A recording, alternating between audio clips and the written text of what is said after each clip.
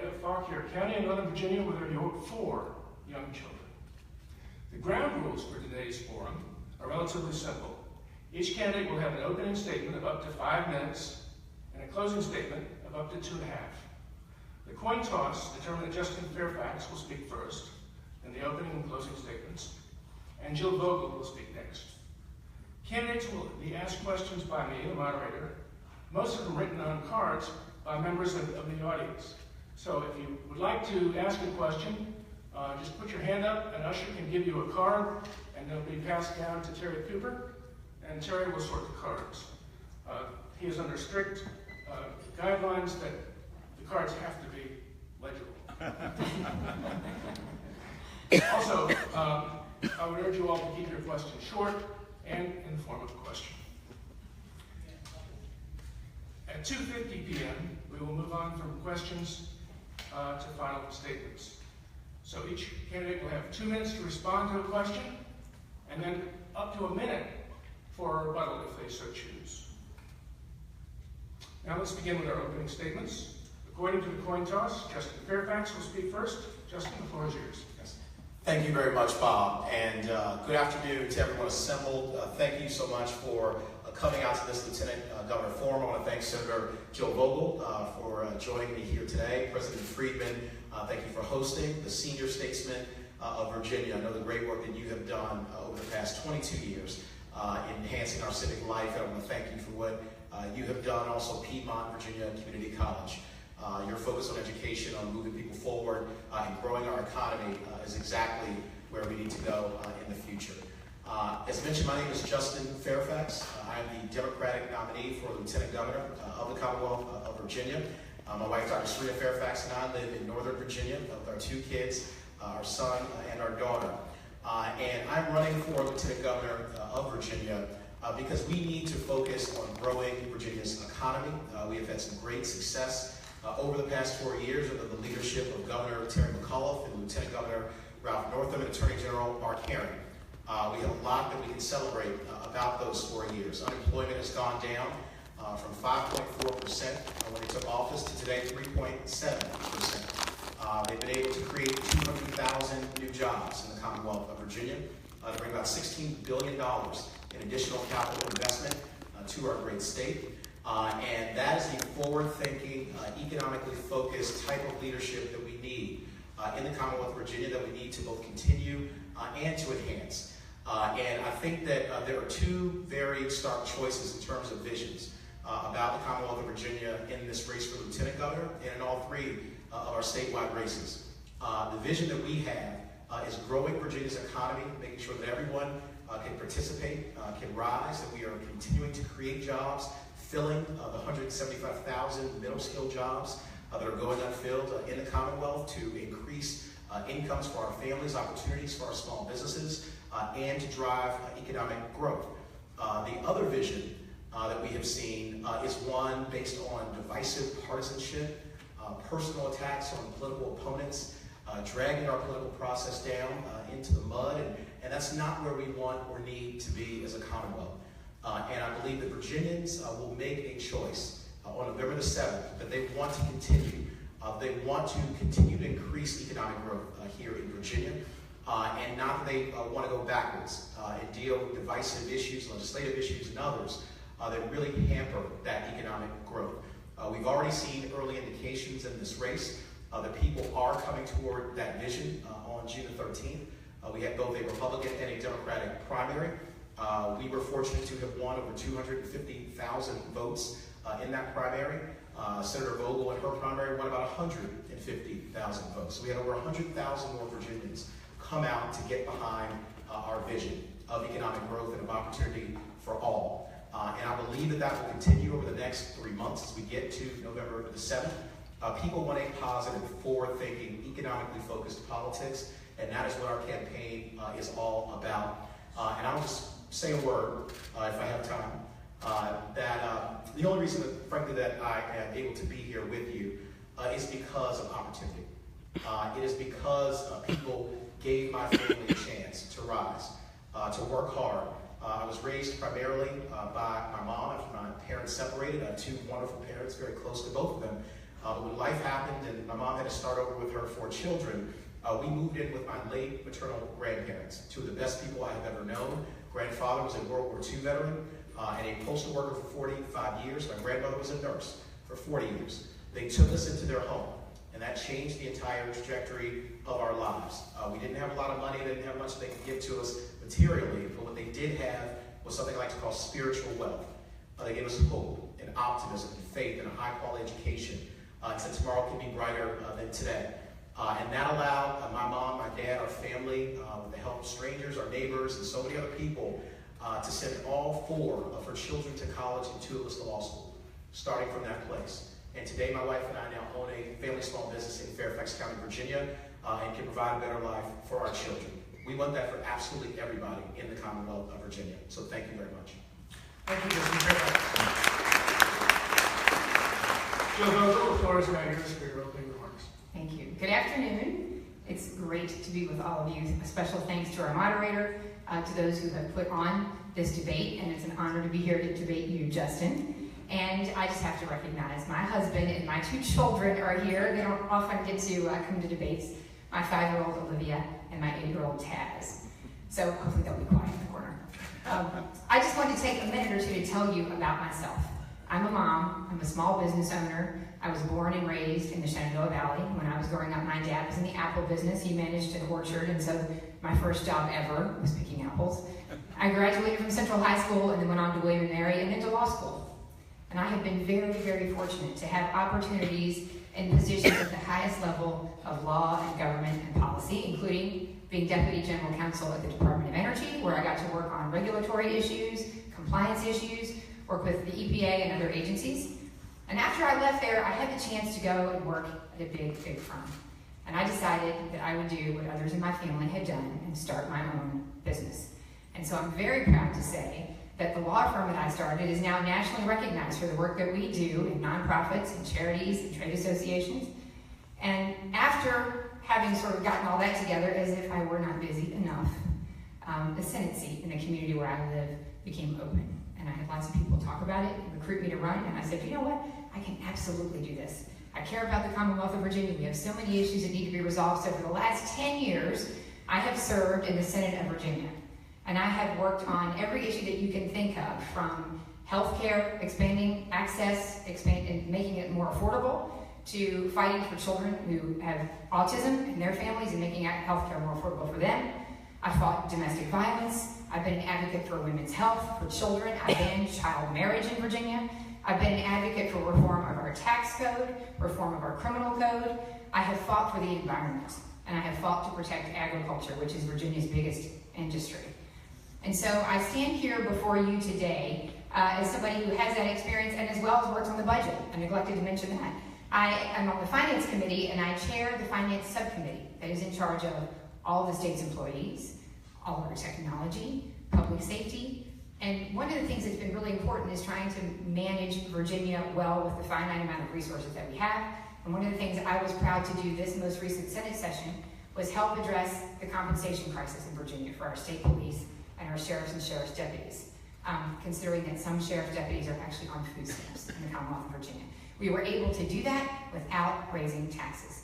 And so I tell you all that to tell you that experience matters. I have spent so much of my time and effort and energy focused on making Virginia a well-managed state, on constituent service, and most of all, fixing things. And I don't want to fight about it. I would just like to fix them. And I have had an extraordinary opportunity to work with my colleagues on both sides of the aisle, to work together in a Senate that is 21 Republican, 19 Democrats. And you cannot get anything done unless you can work with everybody. And I will work with anybody who will work with me. And so I say that committed as your next Lieutenant Governor, if I am so fortunate, to govern with principle over party, always considering what's in the best interest of all Virginians. And I am never afraid to break with my party when it's the right thing to do. And I have done that on many, many issues, from introducing legislation on redistricting reform, to being one of only 2 people in my party to vote against uranium, to support ethics reform in Virginia when that has raised some controversy, in supporting non-discrimination for our LGBTQ community in Virginia. And also, when the governor of my party introduced a budget that actually borrowed money from the VRS to help zero out the budget, I voted against that as a matter of principle. So I would just tell you also, medical marijuana. I have accessible for those people who are sick and need medical marijuana. So my point is, I am committed to doing what's right no matter what. And what real people in Virginia want is to strip all that hyper-partisan rhetoric out, because the most important thing that I think we all should remember is the issues that matter in the Commonwealth of Virginia are not partisan issues. And it's a vote of conscience and a vote of principle. So I am committed to you that I will vote to keep government out.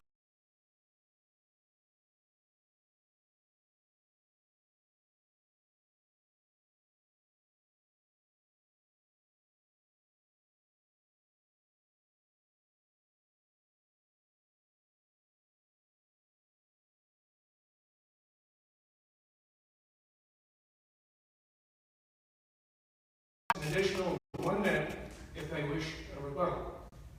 We have a timekeeper sitting in the first row who will show a yellow light with 30 seconds remaining in each of the answers and a red light when it's time to stop. They also have a bell. Can we hear the bell? You played it for me before. If you hear that sound, please wrap up the sentence that you're on and go on to the next. We'll miss that over Justin. The first question now is for Justin Fairfax. What steps should Virginia take in the next 4 years to combat the harmful effects of climate change and rising sea levels? Yes, climate change is an existential threat to the Commonwealth of Virginia and also to the country. It's something we have to take very seriously. The Lieutenant Governor of Virginia sits on the Governor's Climate Change and Resiliency Update Commission, and there are a number of leaders of all parties who are coming together to focus on making sure that Virginia is resilient, particularly Hampton Roads, which is the second most vulnerable geographic area in the nation to the effects of climate change and sea level rise. So we just got a grant, federal grant, that Senators Mark Warner and Tim Kaine announced to work on resiliency efforts in Hampton Roads.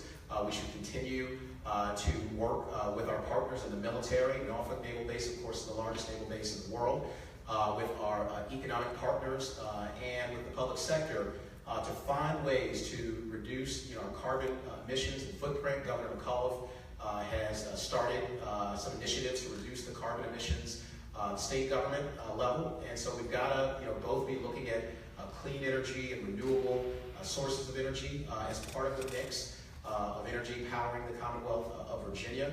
But again, we cannot take our eye off the ball. What we do today is going to have effects 20, 30, 40, 50 years from now. And we're already experiencing, particularly in Hampton Roads but in other places, the real world effects of climate change, of sea level rise. If you've traveled there, if you get a relatively modest rain, you will have streets flooding, which both impacts our economy.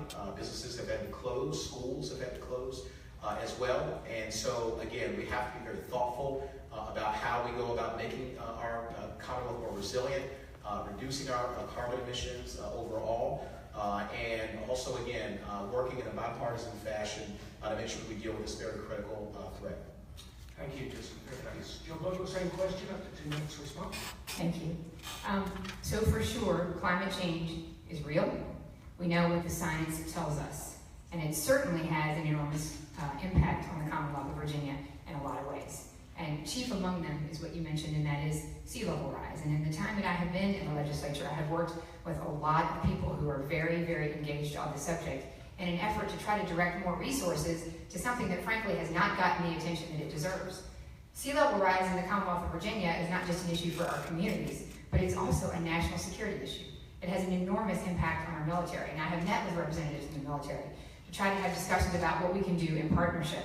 It is critical that we make this a priority and make certain that we are directing the resources that we can to the communities that need it most, to address changes that are going to be necessary in infrastructure, and support those communities now before it is too late. And it's a planning issue, and I know that there are some communities that are working closely together, but I don't believe that we have gone far enough in terms of educating some of our colleagues together over what our priorities need to be. Thank you, Jill Bogle. Justin Fairfax, do you wish to rebuttal an extra minute? No, not in this case. Okay, thank you. The second question, I think we start with Joe first. And as legal experts agree that it will take a constitutional amendment to end the practice of political gerrymandering in Virginia, will you vote for a constitutional amendment that prohibits political gerrymandering? And if yes, should a commission be included? And should the commission be a nonpartisan or bipartisan commission? I am so grateful that you asked that question, because year after year in the Senate of Virginia, I have introduced legislation to implement redistricting reform, a constitutional amendment, a nonpartisan commission. I am willing to, frankly, work with anybody who will work with me on this issue. It's a matter of principle, it's a matter of ethics, it's simply a matter of having those who are represented in our community have confidence that they are picking their elected representatives and not the other way around. It's not my job to get to pick who votes for me. And the standards are very clear. We should work very hard to keep communities of common interest together, keep communities contiguous, and actually create an environment where people have accountability with one elected office holder, not a district divided among 4 or 5, because it makes you a lot less able to engage and be effective if you represent 7 or 8 localities over, say, 4. And that's what happens when you allow for gerrymandering. And I can tell you, I have worked very closely with Virginia 2021 and Brian Cannon and a number of other people around the Commonwealth of Virginia who understand that this is a priority. We will have redistricting again, obviously, after the next census, and you have my commitment, not only that I've obviously introduced the legislation over and over again, but I would absolutely vote for redistricting reform as your Lieutenant Governor. Thank you, Jill Bogle. Justin Fairfax, same question. Yes, I would support a constitutional amendment to get rid of political gerrymandering. I know that the United States Supreme Court is likely to hear a case soon on this very subject, and it'll be instructive of what their ruling is. I believe we should have a nonpartisan commission that engages in redistricting. I too work with Brian Ross Cannon and Virginia 2021 and other people who have been engaged in helping to make our election system more fair, more open, again, making sure that voters pick their representatives and not the other way around. And I think this is one of the critical areas if we want to improve where we have been in this political gridlock that has existed, particularly in the General Assembly, over the last number of years. We have to have a system where people actually have to go out and listen, compete for votes, where you're not incentivized to fight all the time, which is what the current system does. And so I would certainly support that effort, but I think this also highlights the importance of having a lieutenant governor and a governor who can bring their caucus along with them. If I were sitting in that seat and we had a 2020 tie on this legislation, I would break in favor of moving toward that nonpartisan commission, and also would work with the governor, Ralph Northam, who I support very strongly for governor, our Democratic nominee. He too would be moving toward making sure our elections are fair, that our maps are redrawn in a way that does not dilute the influence that everyday Virginians and voters should be having. And so I think it's important, again, to be able to have allies in your caucus who are working with you to make sure we can actually achieve these objectives, and that's something that I would do as Lieutenant Governor. Thank you, Justin Fairfax. Jill, do you wish an extra minute? No, sir. I'm good. Thank you very much. Thank you. Next question, I think, goes to Justin first. Should all Virginia employers be required to check immigration status through E-Verify before hiring a worker? Yeah, we have the E-Verify system that is in place, and I believe it's important that our employers use E-Verify to check status. But at the same time, and there's a broader discussion about immigration reform in this country, and there have been discussions even here in the Commonwealth of Virginia about a sanctuary cities bill, which I think was a political distraction from the real issues that should be focused on public safety, on making sure that we live in a Commonwealth where people are not in fear, and that we can move our economy forward and not get to the battles that some of the places that have not had the economic success that Virginia has had are able to do. And so, again, we need to make sure that we have law enforcement not be mandated to do certain things that actually distract from their mission of public safety. I'm a former federal prosecutor. I'm someone who has actually prosecuted immigration crimes, illegal reentry, and others. I've prosecuted violent crimes. I was in the major crimes narcotics unit in in the U.S. Attorney's Office in the Eastern District of Virginia. And so I have worked hand in hand with our state, federal, and local law enforcement partners to keep our communities safe, to be thoughtful about the way that we engage. And again, I think that what we have seen is a penchant toward people who, would want to demonize certain people, and again, also make our law enforcement less effective by many of the mandates that they didn't place on them and on local governments. So that is the approach that I would advocate for as Lieutenant Governor. Again, as someone who was a federal prosecutor, I understand these issues at a very deep and practical level. Thank you, Justice Fairfax. Vogel, same question. The answer is yes. I don't know how much more I need to elaborate other than to say that I believe unequivocally in the rule of law. And if we don't like the laws as we have them now, we should change them. But we shouldn't sort of inconsistently pick and choose and apply the law somewhere and in other cases no. So yes, I do support E-Verify. And this, you mentioned sanctuary cities and other similar issues. I'm not in favor of sanctuary cities in the Commonwealth of Virginia. Thank you, Joe Vogel. Justin, you wish an extra minute? I would actually, on the sanctuary cities issue, we don't have sanctuary cities in the Commonwealth of Virginia. And that's why that bill was a political distraction. This is what, again, we have to choose between whether or not we're going to continue to rile up emotion and stoke fear about things that in this case don't even exist, or are we going to get back to the core mission of promoting public safety, of growing our economy, of making sure that everyone has a chance at economic opportunity. So when you talk about partisanship, whether it's out in the open or veiled or behind the scenes, we need to go in a very different direction. Again, where we are focused on economic growth, prosperity for all, and giving everyone a chance to rise. Thank you, Justin. Jill, extra minute? Yeah, I'll just respond by saying I don't think it's fair to say that these issues are political or partisan. These are issues of management. These are resource issues. These are issues related to access for Virginia students who want access to a limited amount of slots in our colleges and universities in the Commonwealth of Virginia. These are issues where I think we should all work together and try to reach agreement. And again, this notion that somehow all of this is so partisan in the legislature, while yes, there are partisan discussions, these bills are not introduced to be partisan. They're introduced to solve problems. Thank you, Jill Vogel. Jill, you get the next question. First, Virginia is one of just 6 states that allows unlimited campaign contributions by individuals, corporations, unions, and other entities. What, if any, limits on campaign contributions would you favor?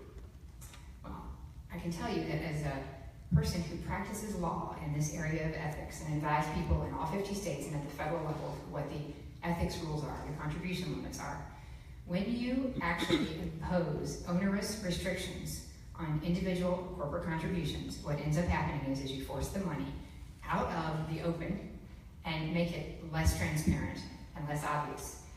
So my view is that it's your First Amendment speech right to engage. Some people want to go out and protest, some people want to write letters to the editor, some people want to stand up and speak. Others just wish to support the candidate of their choice quietly with their contributions. And so given where the Commonwealth of Virginia is today, and the fact that we have transparency, every single contribution is reported and disclosed, their disbursements are reported and disclosed, I don't believe that we should limit people's ability to participate. Thank you, Joe. Justin. Go ahead, sorry. You have 2 minutes, same question. Great, thank you. So I disagree with Senator Vogel on that. I believe we should have campaign contribution limits in the Commonwealth of Virginia. We have them at the federal level for our senators and House of Representatives, and even for people running for president. And so I believe that we should have robust disclosure, but we also should have limits. And to talk about allowing people to participate, allowing people to drown out other people's voices by unlimited, massive campaign contributions, oftentimes from a single source, that's not my view or definition of what a functioning democracy is like. So I believe, again, that in order to have more people participate, we need to start taking the money out of politics, the unlimited money, particularly the dark money as well. We need to get that out and give the voice back to everyday citizens. And so, Senator Vogel, I don't share your view on this. I think it's actually against democracy. I know you've gotten $600,000 from a single source in this election, in your primary. And to say that one person can contribute that kind of money, and in this case it's a family member, but whomever it is, it drowns out the person who may only have $1 or may have no money. but wants to have their voices heard, about their child's autism treatment, about wanting to expand Medicaid in the Commonwealth of Virginia, about growing jobs and economic opportunity and affording college, and all the things that our families every single day live with around the kitchen table. I don't think that we should have people be able to give unlimited, massive contributions. I think that actually hurts democracy rather than helps it. Thank you, Justice Fairfax. Jill, Yes, I'll just respond for one moment and say that my position on this is honestly a position against interest, especially in this race. Because historically, the huge amounts of money from single source donors have gone to the other side. It's been Soros money that's come to Virginia, or Bloomberg money in giant chunks. So I'm aware of that, I get that, but I also believe that that is someone's individual speech right to express their support for whomever it is they wish to support. Thank you, Jill. Justin, I believe the question is yours next. Yes. Would you support strengthening gun safety by registering, licensing, and insuring guns like we do with cars? I think the insuring piece is something that we could take a look at, but I think we can start a step back. There are some very common sense measures that we can take that the vast majority of people in this country and in this Commonwealth agree upon to make our society safer when it comes to gun violence. 90% of Americans support universal background checks, and yet we don't have them. And that's in large part because of lobbying done by the NRA and other groups, and I know they're supporting Senator Vogel and that ticket. But again, when 90% of Americans believe that this is something that should be done, universal background checks, and that would make us safer, including the vast majority of gun owners, and we still can't get traction, that shows you another aspect of our democratic process that has broken down. So whether it's universal background checks, limiting these high capacity magazines, these are things, again, that are common sense, and as a former federal prosecutor who actually prosecuted gun violence and gun crimes, I come at this as someone who has experience. I have hunters in my family. We know many responsible gun owners, and we want them to be able to keep their firearms, but we also want to make sure, again, that we have a safer society where we are able to responsibly reduce gun violence and do, again, what 90+% of Americans would like us to do to make us safer. So again, the insurance piece brings incentive, I think, to have people act responsibly with regard to storage of their guns and other things, but at its base, we can start where we all mostly agree around universal background checks, but that has not happened, and I will fight to make that happen. Thank you, Justice Fairfax. Jill, same question. So I would just be very clear about one thing. I am not running for lieutenant governor to take anybody's rights away in any category. And I have laid down a marker for fighting for our constitutional rights and fighting for the Second Amendment. And I don't believe that any more interference by government on this issue is going to solve any problems. And I can just tell you, look at the reality. Justin is from DC, where they have the strictest gun laws almost anywhere in the country.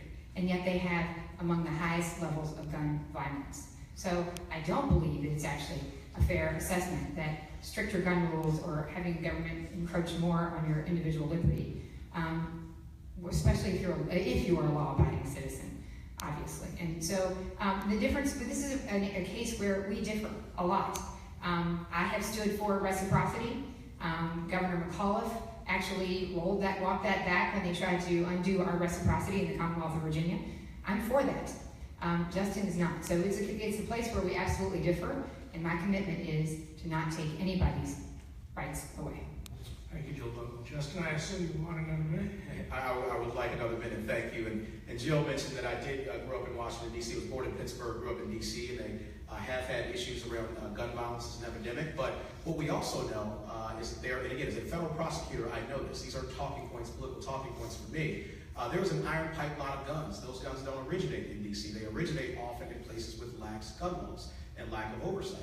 So if you trace in gun violence in Chicago or in D.C. or in New York, there are studies that have been done that those guns are coming from other places with much laxer gun laws. We used to have one gun a month in the Commonwealth of Virginia. We should have it again. It was under Governor Doug Wilder, and that was rolled back. So again, very reasonable, responsible, common sense measures that can make us safer without impinging on people's rights.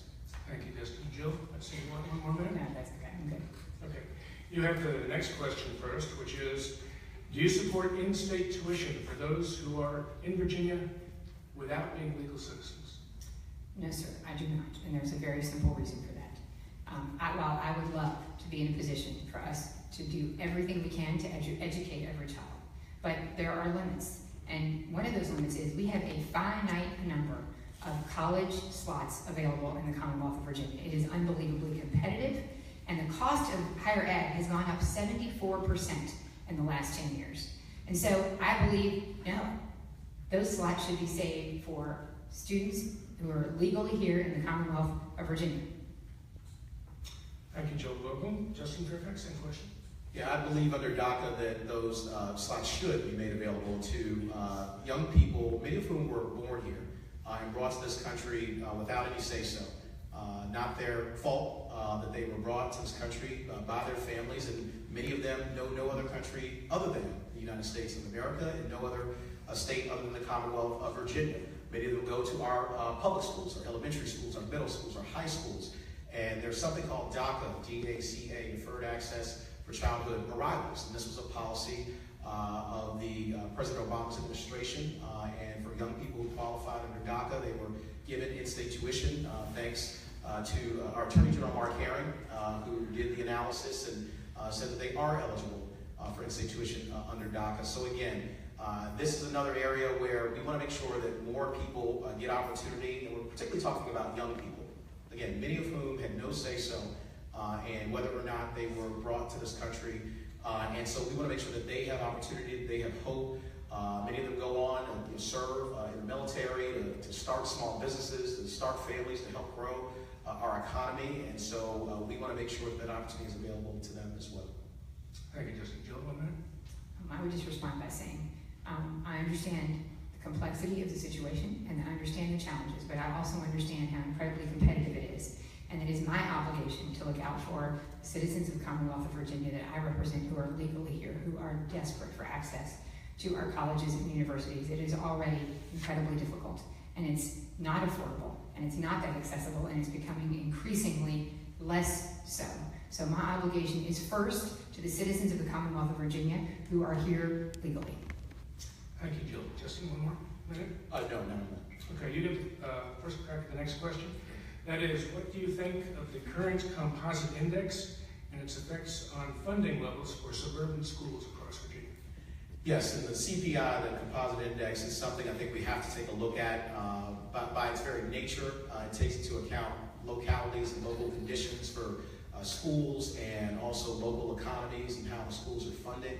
I think that it has had some adverse impacts, the way the formula has been done for certain, not only suburban school jurisdictions, but also in some rural areas, some urban areas as well. So we need to be thoughtful about the way that we help from the state level to give additional funds to our local schools. I sat on the Minority Student Achievement Oversight Committee of the Fairfax County Public Schools, where we live in Fairfax County, and there are some great aspects that our public schools are pursuing to educate a very diverse and growing population of young people, but there also are resource challenges. We tried to find ways to raise additional streams of revenue, not only in Fairfax, but really around the Commonwealth of Virginia, and we have to continue to support our schools. These good public schools and good schools overall are drivers of our economy. We have to fund those schools to make sure that our localities are attractive to businesses that want to locate here in the Commonwealth of Virginia or expand, to make sure, again, that our families are getting more opportunity, that our young people, no matter where they start, even if their family doesn't have much money, they too can rise through a high-quality education and hard work. And so I think we have to examine the CPI to make sure that jurisdictions are not being unduly burdened and underfunded, but we also have to have a rock-solid commitment to funding our public schools, to paying our teachers what they're worth. We pay $7,000 less than the national average, and to having conditions in our schools that are conducive to growth, which ultimately leads to economic opportunity and growth. Thank you, Justin. Jill, same question. So the students in the Commonwealth of Virginia, in my view, are entitled to a world-class education where every school system is funded fairly and funded equally. And I have actually introduced legislation numerous times to address the composite index. which is the index by which you actually determine the amounts of resources that will go to individual localities to fund SOQs. So here is the issue. We desperately need, like so many other issues in the Commonwealth of Virginia, to catch up.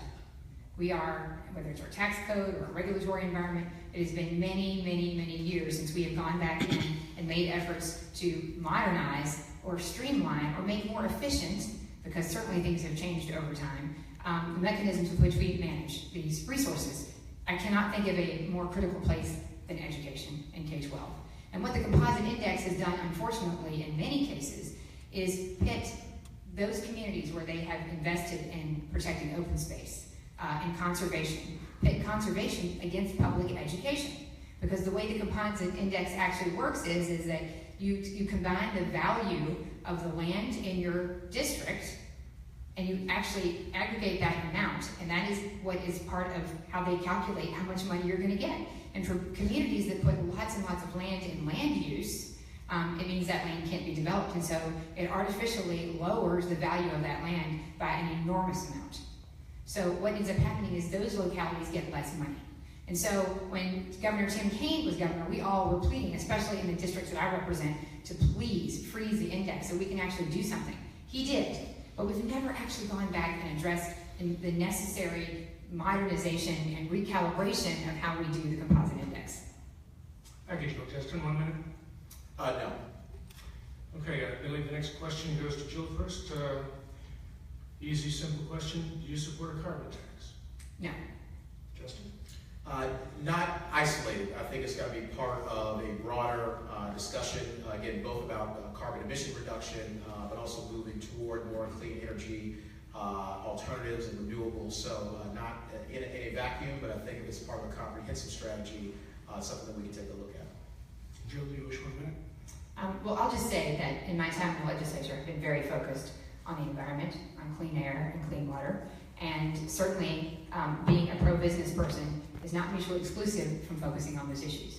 But I will tell you, I think the carbon tax would be a great detriment to the Commonwealth of Virginia and the industries that are here, because here's the problem. Carbon emissions do not observe any arbitrary geographic boundary. And so what I would like to do is incentivize people to make good decisions.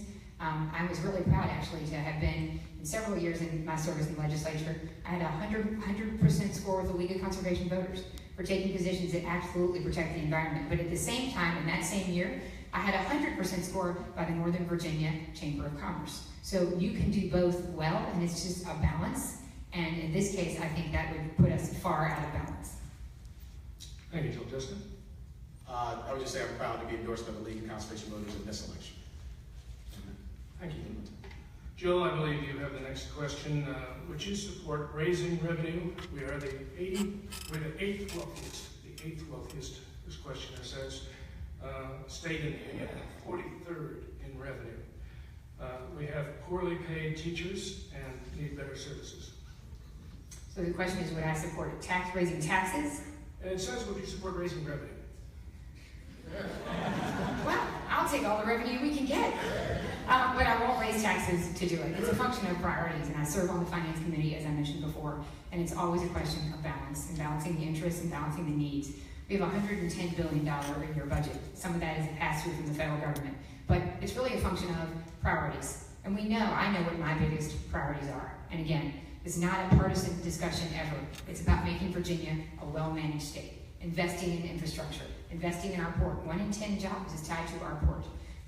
We want to have world-class schools. We want to have world-class colleges and universities. But I don't believe that right now the right thing to do is raise taxes. And here's why. If you consider where Virginia has been before and where we are now, it is a shocking contrast. Virginia used to be the best place to raise a child, best place to be an entrepreneur, best place to start a business, and best tax climate. We're now ranked 33rd in the nation in terms of tax climate. And we have people leaving Virginia more for the first time ever since we've been counting. More people are leaving Virginia than coming to Virginia. Imagine what that does to our economy and what that does to our ability to raise more revenue. And it's because our tax climate is, I think we're taxing people too much. I introduced legislation this year that would have actually allowed us to do what North Carolina is doing to our south. and they are kicking us in the rear end in all these other states.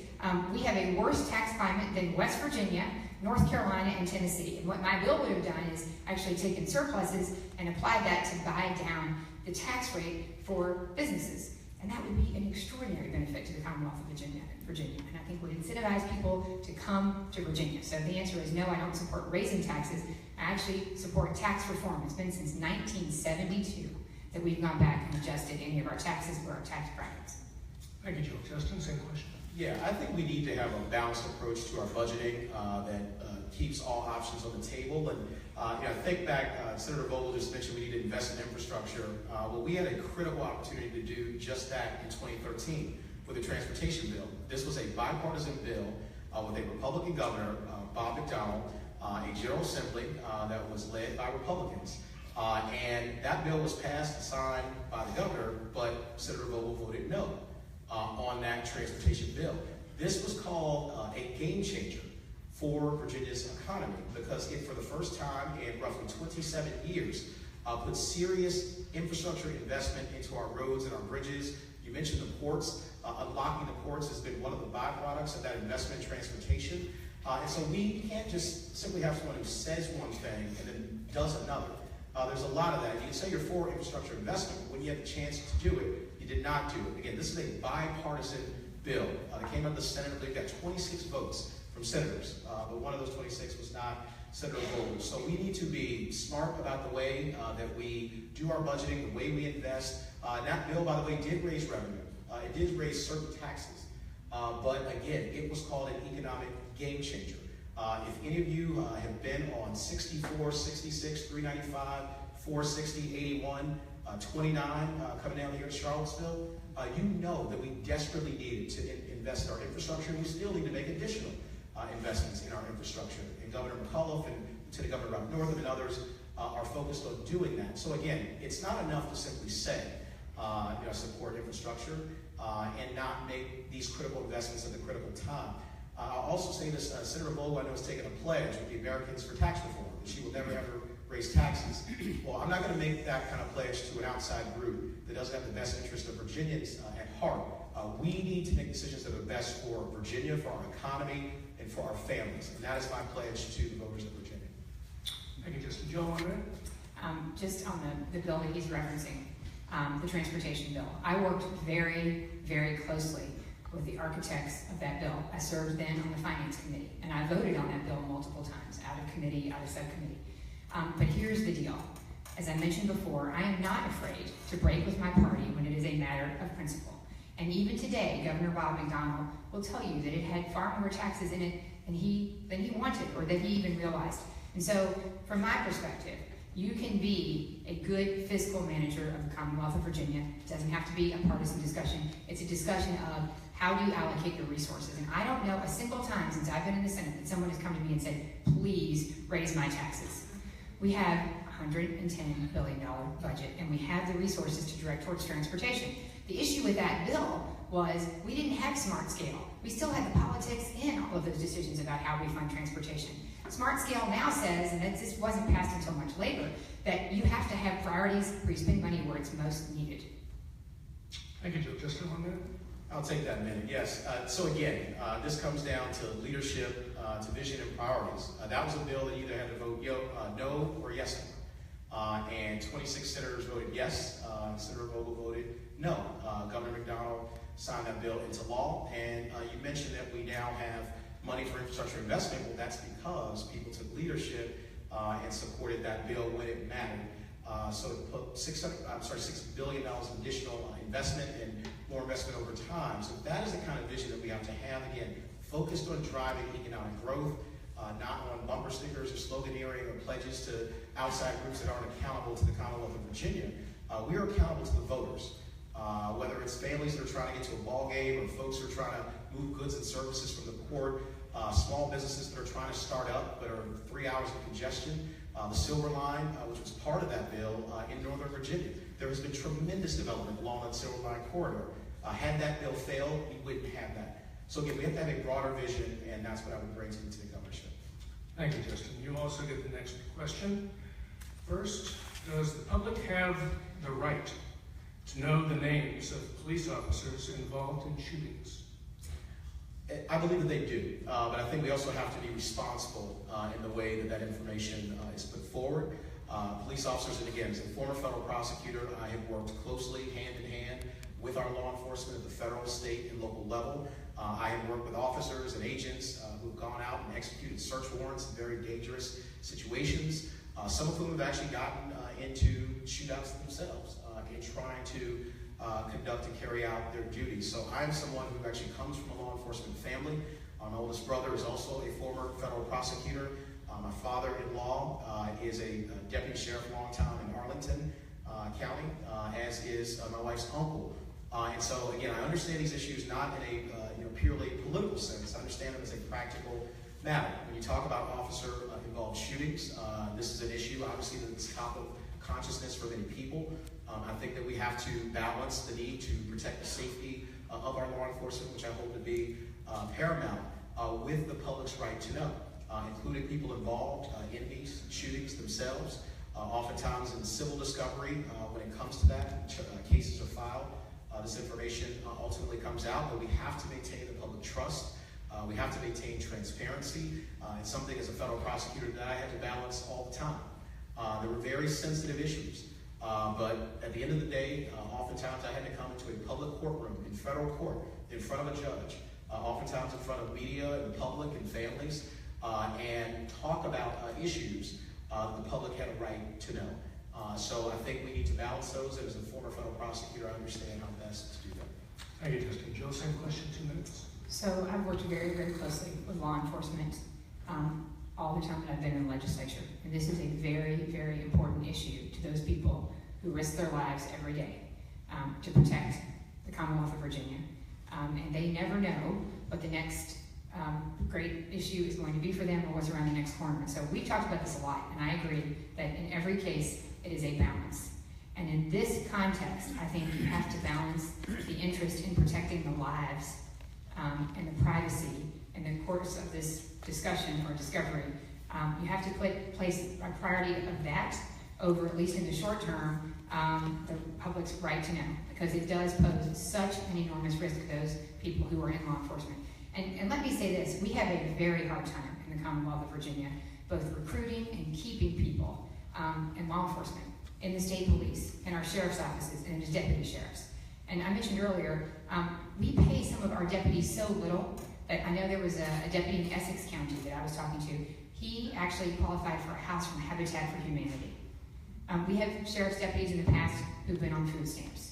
We place so many onerous burdens on those people who protect us every day, and this is our one opportunity to protect them. Thank you, Jill. One more minute.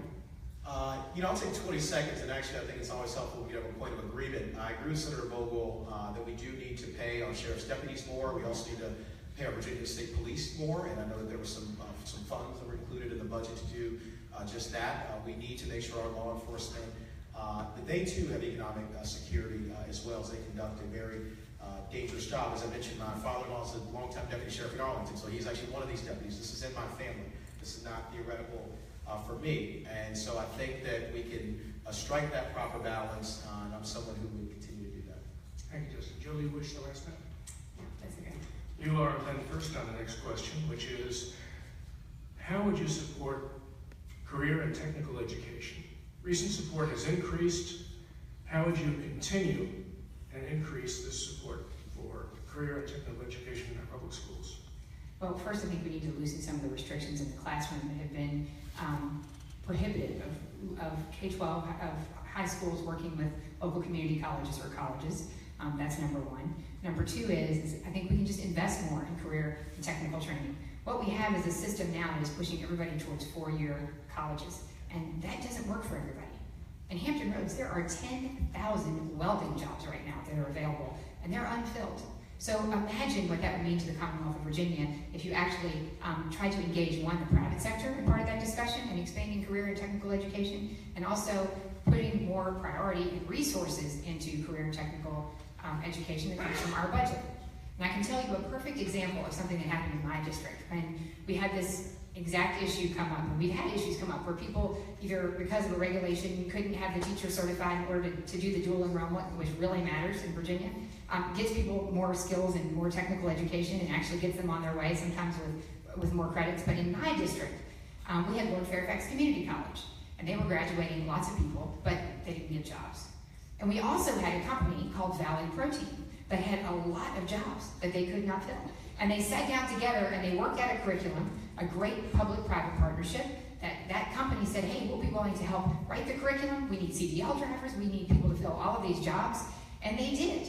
And they worked very, very closely together and created an opportunity for people to come out matched well with the skills that were necessary for very high-paying jobs. So it's a skills gap question and a modest investment on the front end of our state resources to expand career and technical education would pay off in enormous dividends later. Thank you, Joe. Justin, same question. Yes, absolutely. We absolutely must invest in getting people trained and certified to take one of the 175,000 middle-skill jobs that are open today in the Commonwealth of Virginia. These are not jobs that we need to create. These are jobs that exist. But there is a gap between what employers require in terms of those skills and certification and what our workforce has. So there are several ways we can attack this. This has been a centerpiece, by the way, of our campaign. That message of helping to grow our economy, to grow economic opportunity for everyone. And we're here, fittingly, right here at Piedmont, Virginia Community College, a place where many people come to try to get that training and that certification to move up the economic ladder. And so what we've got to do is to make the training certification more affordable.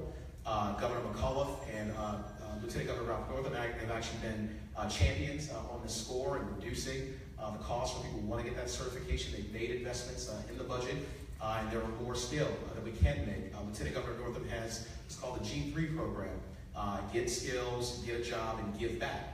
That makes those certification and training opportunities available to more people and enhances public service here in the Commonwealth of Virginia in the process. So we've got to create a bridge for people to access these opportunities. We also have to, as we remodel our curriculum in our high schools and in our middle schools, and the late, great Senator John Miller from Newport News, from Hampton Roads, was a champion for redesigning our curriculum to better match what children are learning with the job skills that they will need when they come out, so that they can take these jobs which pay on average between $30,000 and $50,000 a year. A far cry from the $14,500 a year that you make at Virginia's minimum wage of $7.25 an hour. So again, to drive economic growth, to make sure our businesses have the skilled labor they need, and every Virginian has an opportunity to rise, we need to continue to make these investments. Thank you, Justin. Jill, do you wish to make? No, I'm good. Thank you. You get the next question, first crack at it, and that is. This must be a good one. Well, there are two, and they're both kind of tough. What is your position on the conscience exemption from childhood immunizations? I believe that it should be 100% left to the parent to make their decision about how they want to raise their child and how they want to treat them medically, and so I believe that a conscience exemption is okay. Justin. I believe that our children should be immunized consistent with health standards. We know the long medical history, the medical record shows the effectiveness of vaccines and immunizations, and particularly in our schools and in our public spaces. If we have a small number of children who are not immunized around others who may be, you still have a challenge where you can see diseases spread. We have eradicated so many diseases in our country and in our world that used to be very prevalent, like polio and other things that virtually are non-existent. And so we need to continue to work with the science, with the medical community, and again, to make sure that public safety and public health are paramount. And so I'm someone who believes that if you're sending your kid to public school, if you're engaging in public activities, we need to have a healthy population of young people, but also who are immunized so that we don't have the spread of disease unwittingly. Thank you, Justin. Jill, do you wish to make? Yeah, I just respond from it and say, I'm impressed that this question came up because it doesn't come up very often, but it is something that I have worked with extensively with families in my district. And while it is absolutely critical to be concerned about public health and what diseases we may expose children to, it is a balance. And there are occasions where children are immunosuppressed, they have unique issues, and their parents choose not to vaccinate them, and that should be their right. Thank you, Jill. Justin, I believe you are the first responder to the next question. Are there any environmental regulations in Virginia that you think should be eliminated?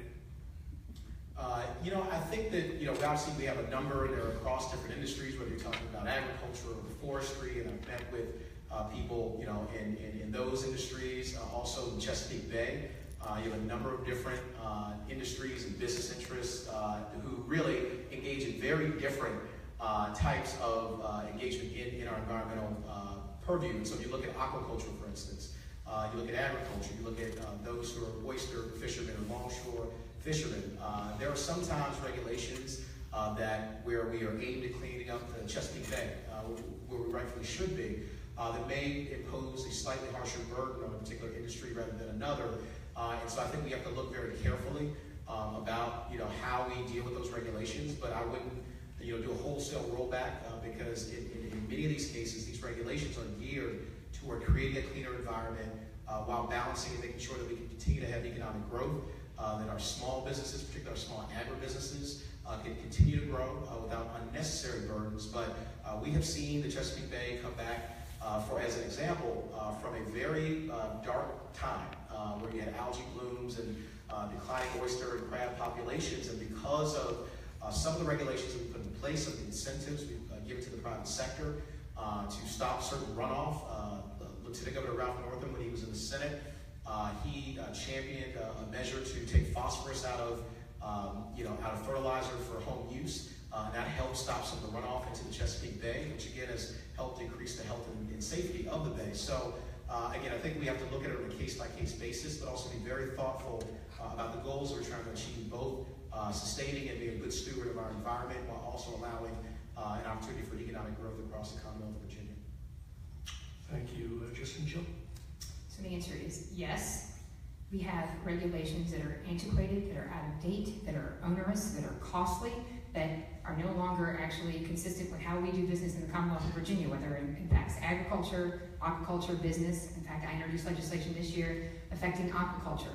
So it's an important balance. I place a high priority on protecting the environment in the Commonwealth of Virginia, but we have 133,000 separate regulations in the Commonwealth of Virginia, and they just get piled on top of each other and on top of each other, and they're well-meaning, but they are cumulative, and the cumulative effect is sometimes very, very detrimental. I met with representatives of the Farm Bureau this morning, and we were talking about agriculture is the #1 industry in the Commonwealth of Virginia.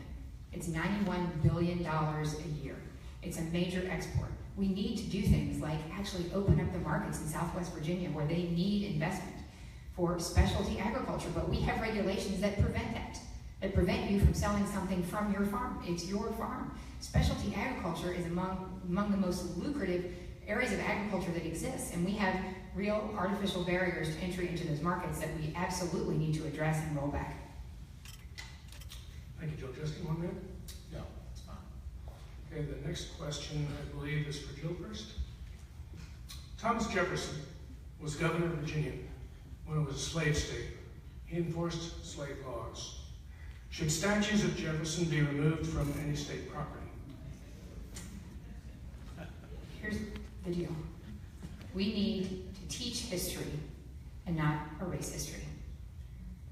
The reality is that the Commonwealth of Virginia is a repository for some of the most rich, historic monuments, battlefields, colleges and universities that themselves are historic. And so in this current environment where resources are very scarce in our budget, and as somebody who has fought year in and year out for more money for historic preservation, more money for our battlefields, more money to protect some of the things that are really important. The school, for example, it was 100 years old in my district. It was really historic. To spend taxpayer money to take down monuments or remove history when we need that money actually for more historic preservation, to me is actually a tragedy. And my opponent has said that some of the monuments around the Commonwealth of Virginia are psychologically damaging and are a celebration of slavery. And nobody would want to celebrate something that was such a dark time in our nation's history, but you cannot erase it. You cannot erase it. I mean, Thomas Jefferson founded the University of Virginia. What would you have us do about the University of Virginia? I will tell you that my great-great-grandfather, Jacob Neff, fought in the Civil War. He fought during the entire Civil War and fought in the Battle of Newmarket. And my father's grandfather had passed down through the family Jacob Neff's 2 sabers and his pistol. And so that was a piece of history. And my dad, understanding all the sensitivities and understanding what the Civil War meant, didn't say, I'm going to destroy this because it somehow is offensive. He actually gave it to the Newmarket battlefield, and it's there on display today, so that people can come, my children and the next generations of children can learn about our history. It's also a big issue. We have thousands of people that visit the Commonwealth of Virginia, Jamestown, Williamsburg, to see our history. Thank you, Jill. Justin Fairfax, same question. Yes, well, I'll talk about your specific question and really broaden it out, because I think that's really what we're focused on. Thomas Jefferson obviously did tremendous and wonderful things here for Virginia, and so it's very legacy of leadership. There, he lived in a time where slavery existed, and so it's complicated in that respect. I don't think we should do anything about his statues, but those aren't the ones that we're focused on. Those aren't the ones at the center of controversy, and we're talking about, in many cases, Confederate monuments. And Senator Vogel mentioned that I said that these were psychologically harmful, and I guess just dismissed that because I guess you don't think that they are to anyone, but there are different histories and different lived experiences with these monuments. And you can't simply say because it doesn't affect you, it doesn't affect anybody else. It looks at a very divisive and divided time in the history of the Commonwealth of Virginia. I believe the localities are doing a thoughtful job about how they are going to handle monuments in their particular jurisdictions, as it should be. In Charlottesville, there is a current debate. The City Council has weighed in on it. In Richmond, they have chosen to take a different tack to contextualize some of the monuments, but I believe this is a discussion that needs to happen. There's ongoing. We know that something needs to be done. And it's not about not teaching history. When you talk about these Confederate monuments, these were put up at specific times for specific reasons. They didn't pop up out of the ground when America was founded. They were put there for specific reasons, and so these do affect different people in different ways. And so I think you can't just be dismissive and say because it doesn't psychologically harm or affect you or a particular community, it doesn't affect anyone. And so we need to continue to be thoughtful about this. But you can also teach history without having a Confederate statue right in the middle of the city square. Those two things are not incompatible. Thank you, Justin. Jill, one minute, and do you think localities should have the option of removing monuments? I don't believe that any locality should spend a penny of taxpayer dollars to destroy or erase historic monuments. They were monuments there to a historical location. Like I can think about the town of Mount Jackson, which is right where I grew up. There was a Civil War hospital there. Right across the road is a very important marker that people stop and read every day that describe the history of what happened in the valley. People need to know about that. I don't think erasing it or taking it away is actually helpful at all. There was a military hospital right there in town where my dad's office is today. There was a turntable where all the trains brought the wounded from the north down to the south. It tells an extraordinary history of the valley, of the Commonwealth of Virginia. Virginia's history is the nation's history. And you absolutely cannot erase it. Thank you, Jill. Justin, 1 minute, and do you think it should be strictly a local option? I think localities should have the option to remove. I don't think we should force or mandate and tell localities what they should do, but also we should not take options away from localities with an edict from Richmond.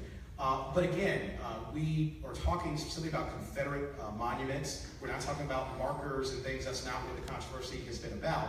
And we need to be sensitive to everyone who's engaged in this discussion. My 5 greats ago grandmother, you mentioned I grew up in D.C., but actually my family has its roots here in the Commonwealth of Virginia. My 5 greats ago grandmother is buried in a plot in Reston, Virginia, in Fairfax County. We have a very different history and a very different lineage and different lived experiences when you talk about things like slavery, Jim Crow, and the Civil War. And so again, it needs to synthesize and take into account what everyone's experience is and not just be dismissive of one because it doesn't affect another. Thank you, Justin. Can I just say one thing? I may not have answered the question because I answered it, but I didn't answer your specific question, which was, should localities be able to do it? And I just want to be clear that my answer would be no. Right. And I would be yes. Justin, I believe you're first for the next question. It is, most Americans, the questioner says, are sick of the 2 major parties. When did you go against your party in something that mattered? Well, I mean, it's a great question. As you know, Bob, I have been a lifelong Democrat. When I ran for office 4 years ago, it wasn't because I felt as though I was entitled to a position or was entitled because of my working my way through. I have been a Democrat and have held Democratic values, but not everybody was happy that I got involved in elected public office. But I think what we've done is gone out and shown a positive vision, again, for economic growth, for economic opportunity.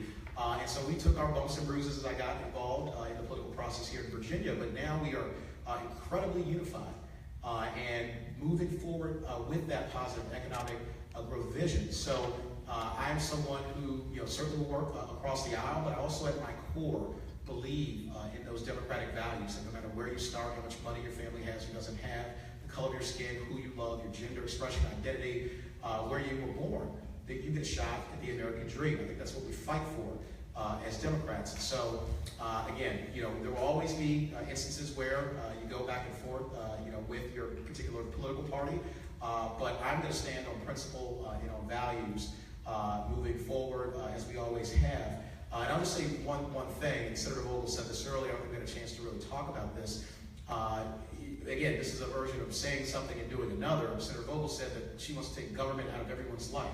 I don't want to have any other, intrusion into someone's life by government, take it completely out. Well, again, Senator Vogel, as you know, sponsored the invasive ultrasound bill that forces women to have mandatory ultrasounds, and this would have forced them to have invasive ultrasounds. I can't think of a more intrusive thing that a government can do. And so again, it's one thing to say these things in political ads and on stage and in mailers and other ads, but it's another thing to actually do them and to lead. And that, by the way, made Virginia a laughingstock with that legislation where the late night television shows. That's not the kind of leadership that we need going forward. Thank you, Justice Fairfax. Joe, I think the question has changed for you. You've already answered the question that was asked in your opening statement. Go back to the first question again. Oh, what was the difference between you and your party? Well, right. He didn't cite one, but if you would just allow me 1 minute before I get to the second piece of his point, and that is to say, right. If you ask me how many times have I put principle over party, my response here would be, how much time do you have? I think I am desperate, as I believe all Virginians are, for people who are independent, open-minded, and who will put the best interests of Virginians first. So whether it was voting against uranium mining or being a hardcore advocate for redistricting reform or ethics reform or banning child marriage, taking votes against my governor's budget, those were really important things to stand for. So absolutely, I hope that we will all look to elect people, especially someone in the lieutenant governor position, who is open-minded and will work across the aisle. If I may respond to his second piece with a... Yes, you have another minute for that. Okay. So he mentioned something, and that the attacks that he just levied against me on that bill are 100% false, and he knows that. He serves on the board of Planned Parenthood of Metropolitan Washington, D.C. And I can assure you that there was nothing in that bill that took any rights away from women or forced them to do anything against their will. It was simply an informed consent bill. But all the partisan rhetoric around this issue was so offensive, and frankly, so offensive to me, I withdrew the bill. It was clearly not a helpful discussion once it became mocked and became a tool of partisanship. Women's health issues should never be played that way. And I have been a hardcore advocate for women and women's health. And I will never apologize for that. But I will tell you, the attacks and the description of that is just false. Thank you, Joe. Justin, on that? Where to start? First of all, again, this is about saying one thing and doing another. And I am proudly the Vice Chair of Planned Parenthood Metropolitan Washington Action Fund. Proud of that organization, the work that it does to protect women's health and their safety. But again, Senator Bogle will say one thing and do another, and you can't really spin in this because facts are not attacks. When we talk about facts, what your bill would have done was, first of all, to force women to have an ultrasound. And then the question is, what kind of ultrasound? And as then Senator Ralph Northam told you on the Senate floor, there is videotape of this exchange. That would have required certain women, depending upon where they were in their pregnancy, to have an invasive ultrasound forced by the state. So you could say that you don't want government to intrude in their lives and take them out of their lives, but it's what you do that matters. And so those are facts, they are not attacks, and we're talking about your record. We have heard a lot of things about personal attacks that are levied. We are talking about public record and public policy. Jill, I'm guessing. Yes, if I may. Justin has never spent any time around the legislature. He has not participated in the legislative process. He is not aware, I am confident, of many of the issues surrounding women's health related to this specific bill or the discussion of this bill. But I will tell you this, he does know the facts, and it is true. The facts speak volumes about this. Planned Parenthood, at the time, said that they would never, ever perform an abortion without first doing an ultrasound. It was required. You have to do an ultrasound to determine gestational age, to determine what kind of procedure you will have, whether it's surgical or chemical. So I can promise you that if you're talking about the facts, I am correct on the facts, and I am correct on principle. Thank you, Jill.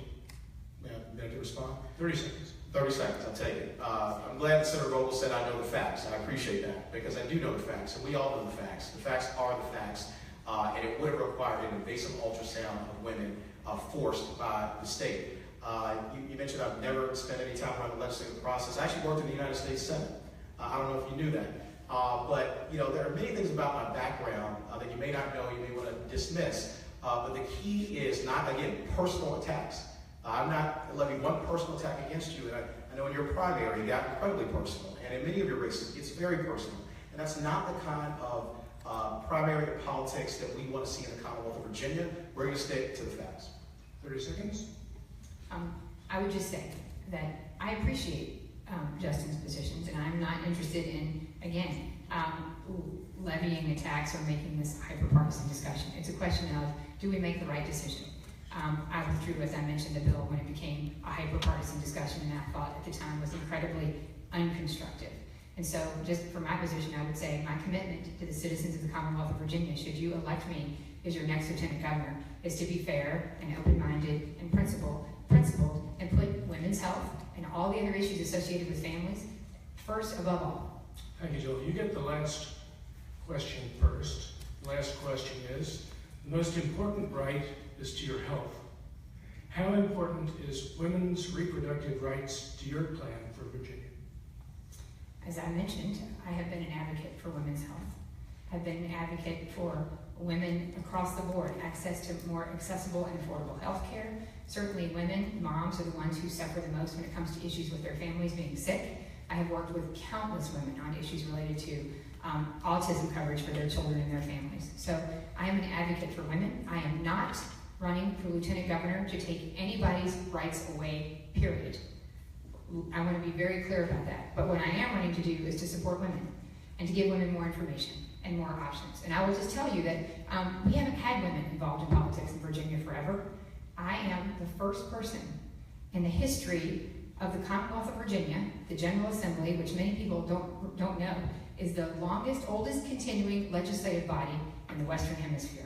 I'm the first person to ever have a child while in office. It's pretty extraordinary. And I remember I was serving on the Aspen Institute at the time with elected office holders, Republicans and Democrats from all around the country. And I said, this baby is going to be the first. And they didn't believe me. So I will tell you, we have a long way to go in the Commonwealth of Virginia. But as somebody who has broken new ground, who has fought for women, who has been engaged, women are the heads of households. They make many of the decisions for their families. And so my commitment is to always stick up for women and to do everything I can to help promote women, help promote women's issues, and focus above all on women's health. Healthcare is, I would argue, probably the biggest, other than the economy, the biggest issue we deal with right now in Virginia. Accessibility, decision-making, affordability. Thank you, Jill. Justin Fairfax, same question.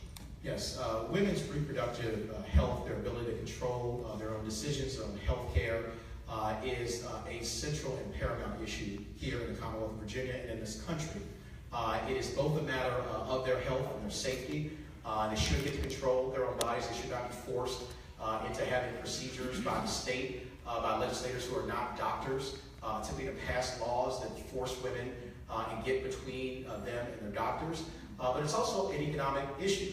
And Senator Vogel mentioned that there are plenty of women who head households, who are the primary breadwinner, who need to have control of their own health care decisions. But when you have a government and legislators who are intent on forcing women to have a procedure or not have a procedure, getting in between that doctor doctor-patient relationship, you then undermine the very thing that you said was important. So again, this is really about saying one thing and doing another. Just because you say you're a champion for women's health doesn't make it so. You can say it 100, 1,000, a million times. It really matters what you've done. And again, that legislation and other legislation that you have voted for, either sponsored or supported, has undermined women's ability to control their own reproductive health care. So I'm proud to have the support and endorsement of Planned Parenthood, also neighbor out pro-choice of Virginia. And again, women all across the Commonwealth of Virginia who should be entitled to the exact same freedoms that men have.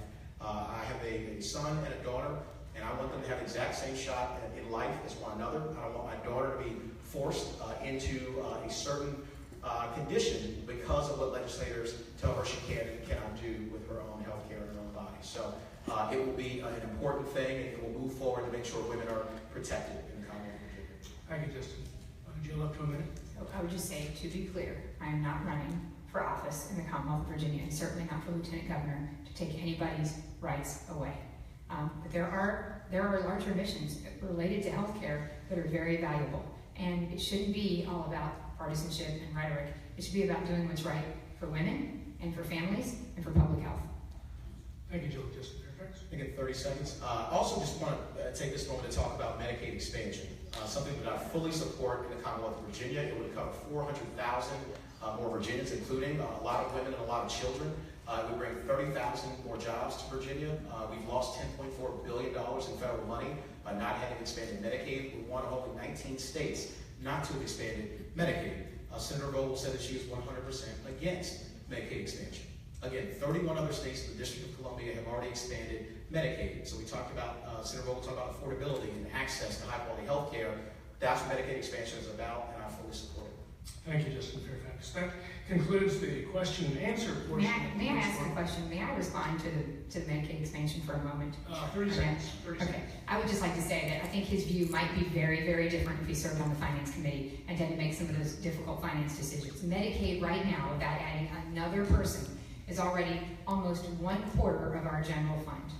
And I cannot commit the Commonwealth of Virginia to more money that we cannot afford, which has got to come from somewhere, infrastructure, K-12, something, until we know what Congress is going to do. It is a question of being responsible, of being fiscally careful and managing our taxpayer resources so that we don't undermine the health care of the people currently in Virginia. Thank you. Each candidate now has up to 2.5 minutes for a closing statement. Justin Fairfax, you're first. Yes. Well, thank you, Bob. And again, just to that last point, my view would actually be exactly the same. I would still support Medicaid expansion, just as Governor McCullough has, and Lieutenant Governor Ralph Northam, and Attorney General Mark Harry. It's not only the right thing to do morally to give 400,000 more Virginians access, but it's the right thing to do for our budget, for our economy. There was an MIT study done that said that expansion was covered, by the federal government 100% over the first several years, and that went down to 90% as of 2020. It is smart fiscally. It also is the right thing to do morally.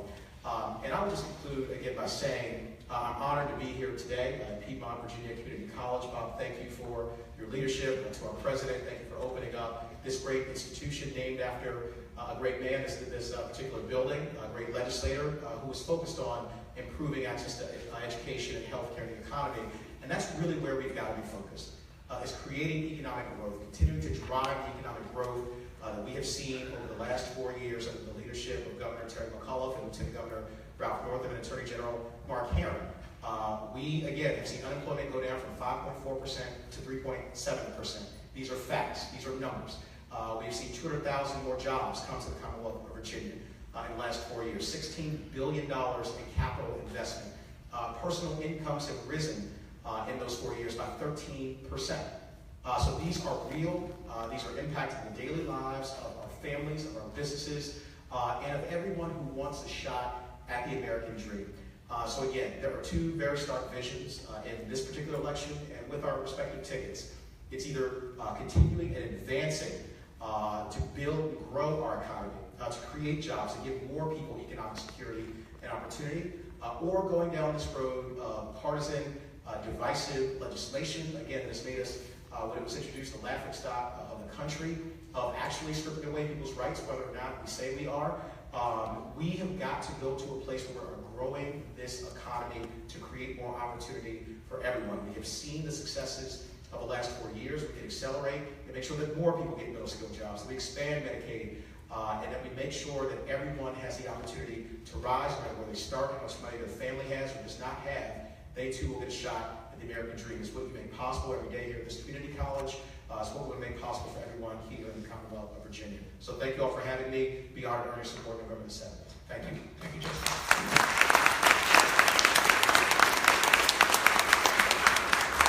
So, Vogel, your final closing statement. I would just love to say thank you to everybody who has participated. Some of you have been very interested, obviously, and then I have 2 children over there that went to sleep. So what does that say? I just wanted to say this was really important and really meaningful. I hope that you have the ability to discern from our different positions how very different we are. And I respect his positions, I respect our differences, but it's also important to note that he's actually different than other folks on the rest of his ticket. In a way that I think helps inform all of us that Virginians are very, very focused on making Virginia a well-managed state. Not slogans, not sort of ideas that are outside the mainstream that will really undermine Virginia's ability to do well. And the facts don't lie. He mentioned that we've been on this amazing trajectory, and we have not. We absolutely have not. Over the last 4 years, we have seen Virginia consistently drop. We are the slowest growing economy on the entire East Coast, other than Delaware. And Delaware has fewer people than Fairfax County. So at the end of the day, the statistics don't lie. What we need is transformative leadership in the lieutenant governor's position that is open-minded, that will put principle over party, that will look to address issues of taxes and regulations. And if you want somebody who's going to raise taxes, add more regulations, have more government involved in your business and your life, I'm not your person. And I think that is fundamentally where most people are. One of the things that my colleague in this race has advocated is single-payer health care. I mean, that's really not where Virginians are, and not what's going to affect probably the single biggest issue we have in the Commonwealth of Virginia, which is health care, access and affordability. And we need Virginia to be freed up to make good decisions for our budget and good decisions for our citizens without the federal government pressing more on us and Richmond pressing down more on us. And so I would just like to say thank you. I appreciate all of those who came, those who are hosted, our moderator, and I would love to have your support in the November election. Thank you. Thank you, Jill Vogel.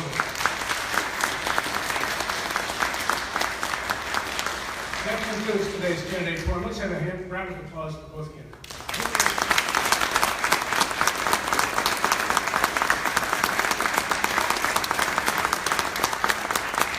And thank you all for coming. The next candidate forum, sponsored by the Senior Statesmen of Virginia, will be held Wednesday, September 13th at the Senior Center, behind what used to be Kmart. Invited candidates are 4 candidates for the House of Delegates from 2 area districts: Steve Landis, Angela Lynn, Rob Bell, and Kellen Squire. For the 2 House of Delegate seats from Albemarle, and I guess Tuscona doesn't have an opponent, so there would be 2 of the 3 in the county and surrounding counties. So that's September 13th from 1:30 to 3:30 at the Senior Center downtown. Thanks again all for coming.